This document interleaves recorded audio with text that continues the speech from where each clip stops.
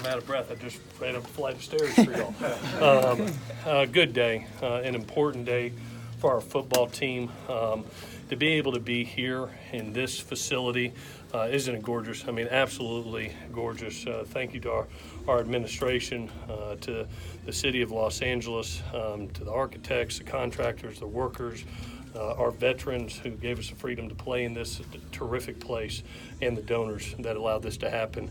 To be in this unbelievable facility and have the opportunity to play in front of our fans, thanks to our fans, a ton of performance anxiety got out today. To be able to play, about an hour and a half of live football straight, put them in some situations from third down situations, 2-minute situations, and just play live football. We got better today. We'll go back, watch this tape, grade this tape, and move forward, but a good day for our entire team. With that, I'll take any questions that you got. Your initial thoughts on just the quarterbacks, what you learned from them today? Yeah, I thought they made great decisions today. Hey, you didn't see any forced balls that looked like great poise. Each one of them led long drives. There weren't any turnovers, so you really didn't have any set situations where sudden change. You were going the long way about every time. And I thought there was consistency and poise amongst all of them, from freshmen all the way up. It was nice to see, and that's what you hope to see as you're going into your third week of training camp. So good day by them. I look forward to watching the tape. I know you talked about going to the – sorry, go on. Have you seen separation at that spot? I'm going to watch it today. I thought all the kids, again, I thought they made good decisions. I thought the ball came out quick and didn't see a ton of sacks holding on to it. I will say I thought our receivers made some dynamic plays today. That's what they're supposed to do. We've got a rule: if we touch it, we catch it. And, I thought they made some really good plays, and the quarterbacks gave them opportunities to make plays. You didn't see a ton of overthrows. They found the one-on-one opportunity, and they gave their guy a chance to make a play. I know you talked about going to the 17th for the competition at quarterback. Do you feel like this next week you'll be ready to name a starter? We're going to look at this tape and see where we're at. I'll be honest with you, in this position, I've never had this 4 quarterbacks that could start on a lot of football teams across the country, and all are playing at a high level. It's really progressed everybody. I'm so glad that we have done this. I'm going to sit down with Graham on Monday. We're going to take tomorrow off. It's been 17 days straight, and I think all of us need a break from each other, to be honest with you. So I'm going to give the guys off tomorrow. We're going to come in on Monday and grade this football tape and be ready for a great Tuesday practice, see where we're at. Thoughts on your defense? Really, probably the thing that showed up most, and it was really good to get in this live atmosphere, Dan, is just the youth at secondary and being able to go up against what I consider one of the better groups in the country right now at receiver. I told everybody, I said, guys, this experience for us is invaluable. Whether it was successes or failures, everybody's going to learn from it.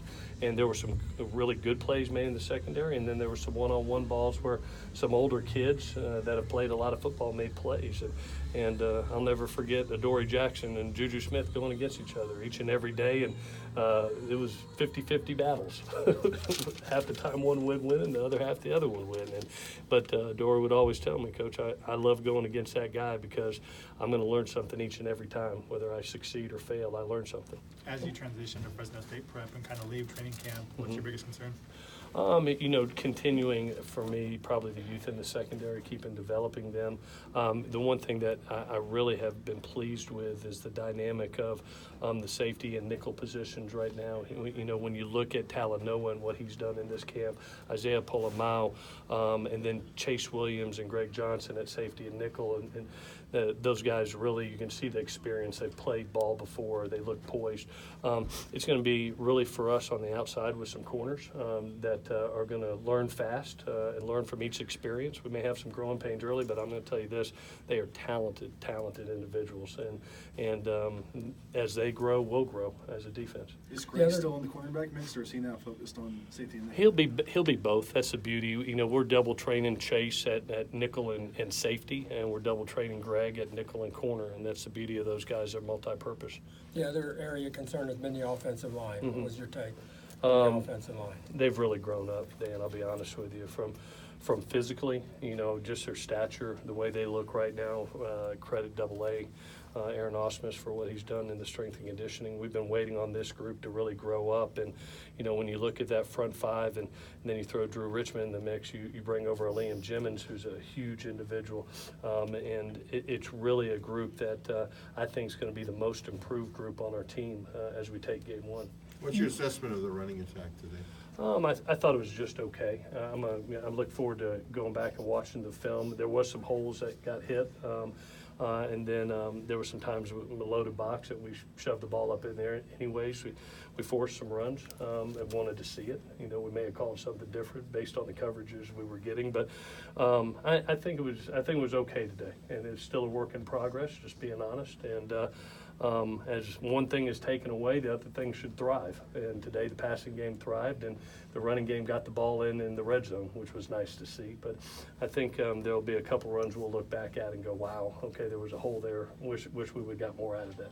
We've seen Drew Richmond on both sides. Where does he fit in for you right now? Yeah, you know, he's doing a great job at tackle right now for us. You know, we're double training guys a bunch. You know, he's been left and right. He's, you know, obviously at Tennessee, he was their starting right tackle, did a tremendous job for him. He's really done some left tackle for us. You know, so he's multi-purpose. You know, you look at guys like Andrew Voorhees, who's a guard tackle, Jalen McKenzie, who's a tackle guard. You know, that's what you work on because it's a long season, and if you have one go down, you're always trying to find the best five. You know, when you don't want two guys sitting behind each other that are really good, you want to try to find your best five and put them out there at a time.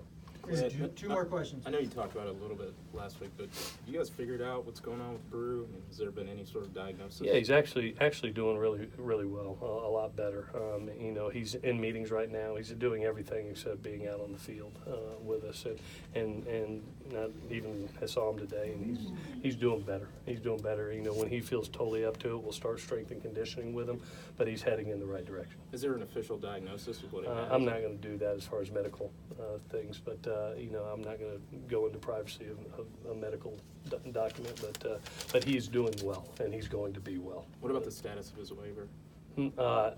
Still in process right now. What do you think of the front seven? I thought really when I go back and look at it, I thought the pass rushers did a nice job. There were a ton of throws that the quarterback got the ball out on time, but I mean, if they hung on to it at all, the pass rusher would have got there. I thought Christian Rector was really good. Drake Jackson has thrived. Hunter Echols, Malik McLean did a nice job. And then on the interior, you saw 91 and 78 get in there some. So I thought overall the front did a nice job of holding up in the run, stopping the run and trying to get to the passer and forcing him to make split second decision throws, and they did a nice job. Okay.